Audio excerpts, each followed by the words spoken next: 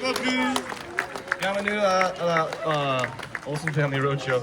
If you guys have any pictures or videos, there's an Instagram handle down here.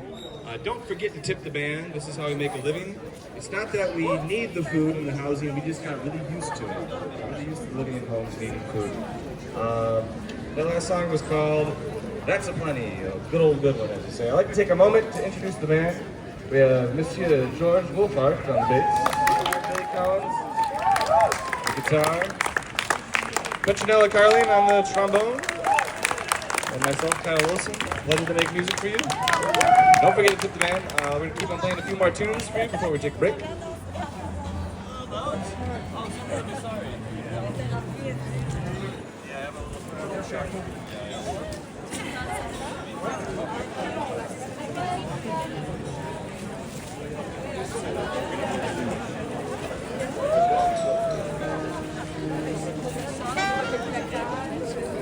This next song is allegedly the only song that Louis Armstrong wrote.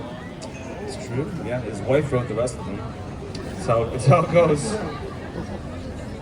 It's a true story. It's one of my favorite songs to sing. Hope you enjoy it.